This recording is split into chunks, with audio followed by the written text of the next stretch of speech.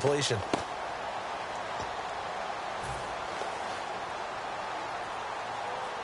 Second down now after the pass completion.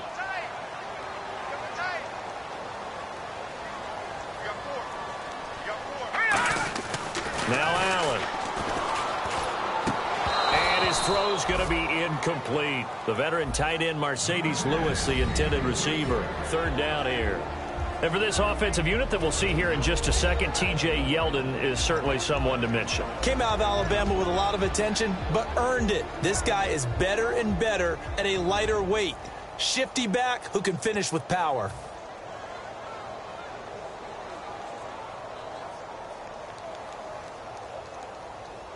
And they'll look to avoid an early 3-and-out here on 3rd and 4. All right, here we go. Allen. And he takes a shot on the release as this will be incomplete. Allen Robinson, the intended receiver. And it's 4th and 4. Putting pressure on the guy throwing the football is always good, but when you can couple that with contact on him that leads to an incompletion as we just saw there, that's winning football.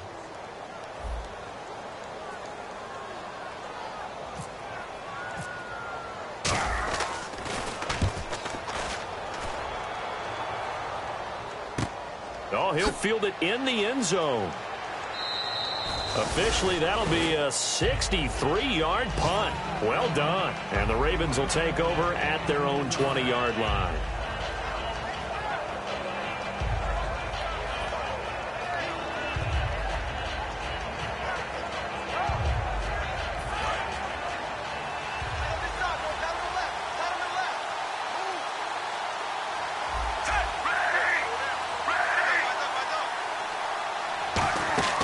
They go play action here on first down.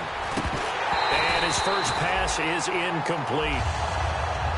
This offense can be flashy at times, and a big reason for that is Perryman. I like the way you use the word big, because that's exactly what Brashad Perryman is. A big receiver with a ton of speed. Runs so well, yet that strength downfield really confounds defensive backs. Is it okay if I tell you I played against his dad in college? Well, I'm just impressed that you worked confounds into the broadcast. I'm impressed I'm still alive because I played against his dad in college. And we take you through the starting defense for Jacksonville. Prince Amukamara is a former first-round cornerback who's looking to become king. A nickel back added defensively as they look to stop this 3rd and 8. Finding time. And incomplete. The contact made the ball roam free and brings up 4th down. Normally, he's pretty reliable. Usually catches what's thrown to him. On that play, he simply dropped it. Now the longtime Raven punter, Sam Cook, on to punt it away. Back deep, Travis Benjamin.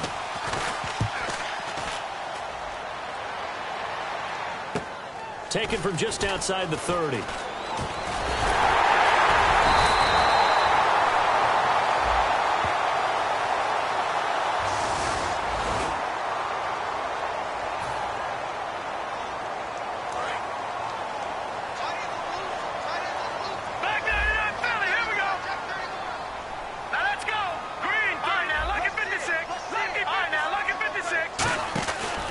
T.J. Yeldon. And some room to roam now.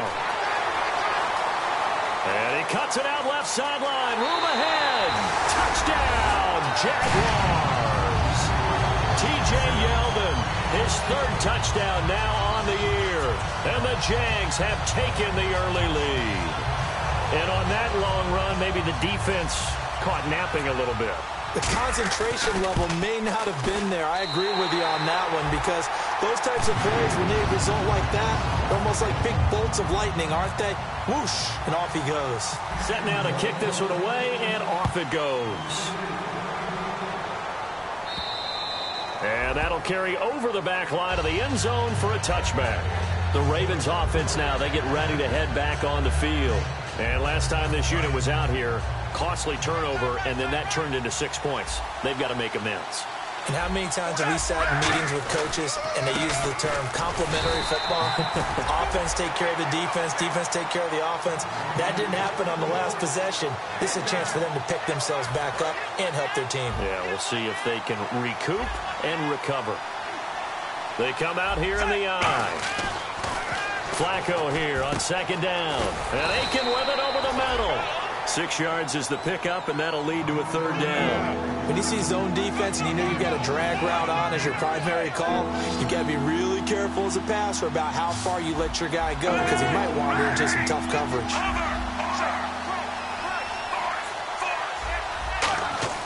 Flacco.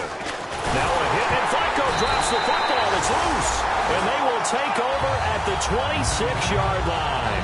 And out now comes Jacksonville as they get ready to go.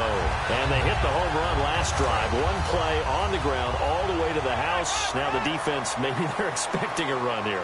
Partner, I love your description because when we talk about hitting the home run, we're usually thinking about a passing play, aren't we? Something in the air, deep ball. But how about them just taking it big-time jaunt? Now if you're coming back out, now they've established this run game, the play-action pass could very well be open. Just a yard on the catch there. It'll be 2nd and 9. And here are the Raven defensive starters. C.J. Mosley's your prototypical Alabama linebacker. They'll come downhill and smack you, but they understand the game so well.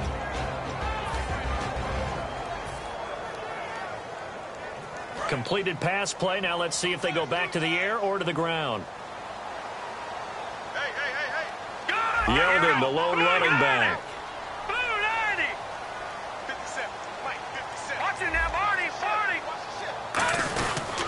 Now they'll run it on the toss. Oh, he's got a little daylight. Give him 6 yards on the carry. It's going to be 3rd and 3 now.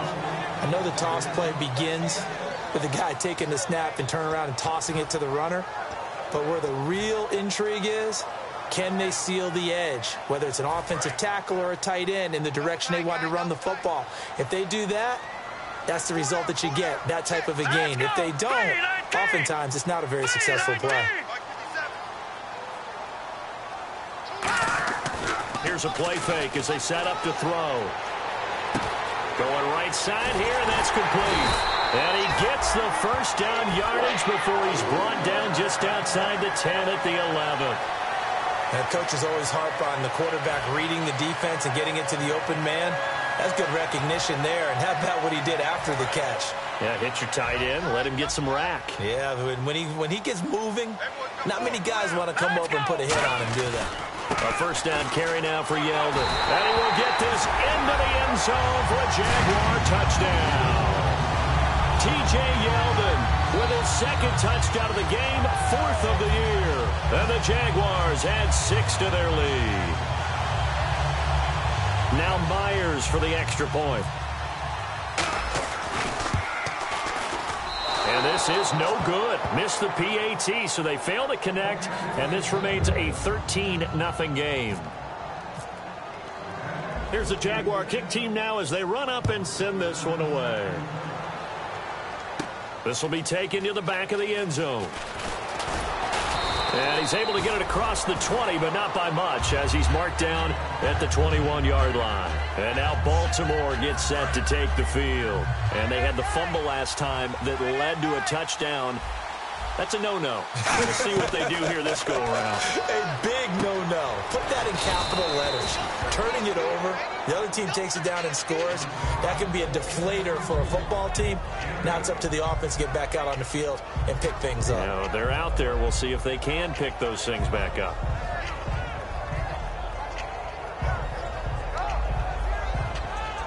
So this brings up a 2nd and 2. Possible run anticipation. Here's the D-line sandwiches together. 2nd down, Flacco now. And the hit jarred it loose. It's incomplete. The tight end, Max Williams, the intended receiver. And it's 3rd and short. So a 2nd down incompletion now brings up 3rd down. Oh, man, for him to be that wide open and drop it. Sometimes you have just too much time on your hands, right? You end up thinking way too much, and your hands get shaky. And yes, he's a tight end, but that's a catch he should have made. Big boys down there in the trenches, and a nice play to stop him cold. Nothing there. Yeah, when you talk about big boys, you're talking about those defensive tackles, those nose tackles. They're not just big, they're immense, and what a big-time play there. First kick, 47. This one looks good as well. Returning, it's Benjamin.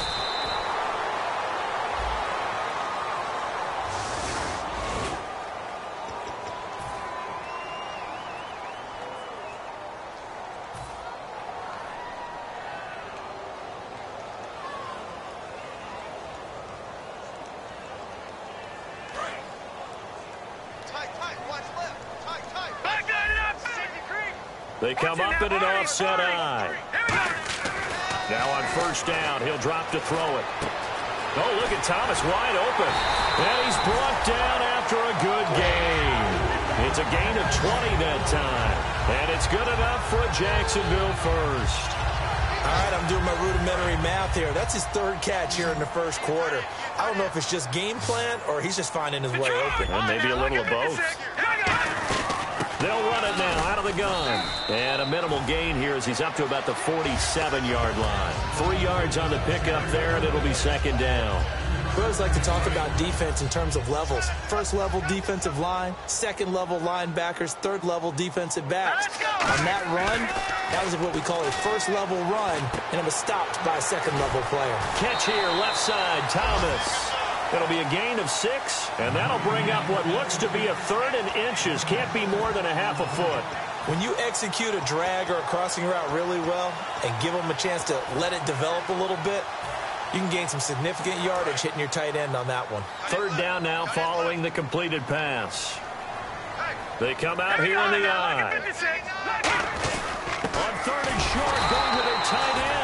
And he's going to have a first down as he's brought down at the 44-yard line.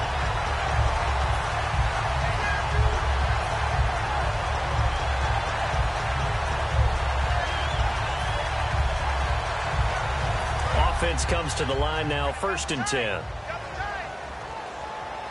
Another pistol look here. Now Allen. Flush to his right. And he can't get rid of it. He's taken down. Elvis Dumerville in there to drop him with his first sack of 2016.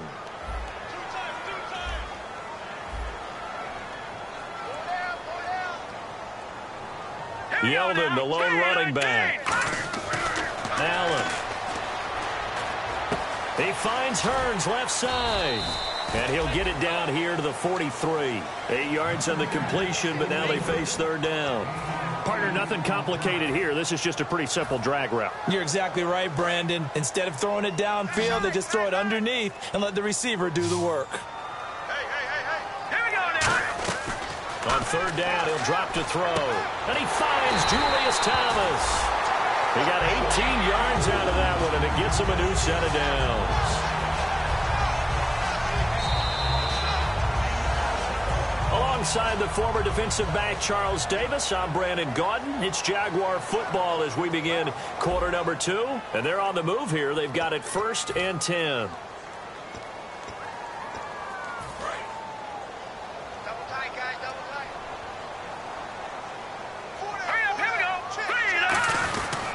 They go back to the ground now with Yeldon. And he is going to lose yardage here. That's going to go as a loss of a yard, and it'll be second down. The defense won that play so fast that I think if the running back even had time to notice if anyone was there, it was just a blink of an eye, and there was a loss on the play. Again, it's Yeldon. Down to the 25. Just a couple on the pickup there, and now it's third down. The best defensive linemen, they play with great leverage so they can get low and not get bowled over by offensive linemen. They have excellent hands. They can throw people off on a play. We just saw a great example of a really good run stop by a guy playing the defensive tackle position. It's been a pretty long drive. This will be play number 9. And they need 10 yards out of it on third. Now back to throw. And he's got it to Hearns. That one good for 17 yards. And now they've got it first and goal. And now the passing game here in the second quarter starting to heat up a little bit. Don't you feel the rhythm starting to happen, right? You see it. Now the confidence is starting to rise. I think now as a play caller, because that has happened, you lean on it a little. And no escaping this time as he'll go down. They got him for a sack. Elvis Dumerville in there to pick up his second sack now of the afternoon.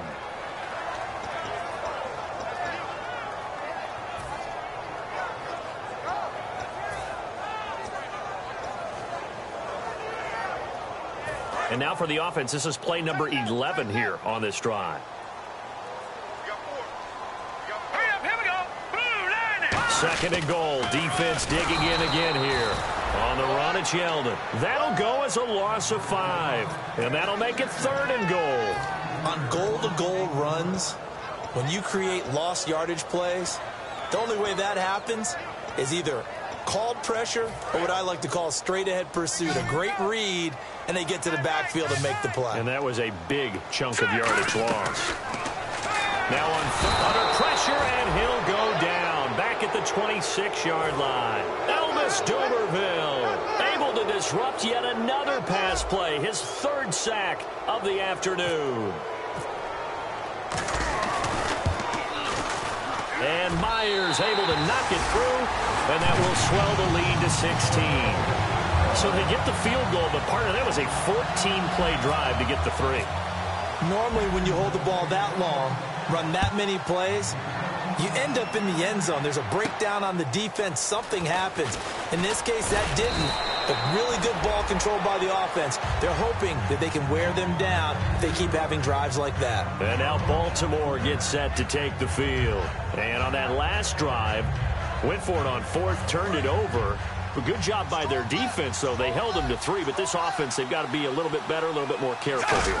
And sometimes when you see these calls on 4th down, when they decide to go for it, it's not necessarily the coach saying, I believe in my offense. Sometimes the coach saying, I believe in my defense. I can afford to go for it here, because if we don't get it, I don't think we'll give up more than 3. And that's exactly what happened there. You think that factored in? I do. I think that he had that in his mind going into the game, that I'm going to be aggressive on offense because I know I've got... It'll go as a gain of 6 that time, and it moves the chain. Spread offenses, not very many pro style, where you actually have a true... Come up in an offset eye.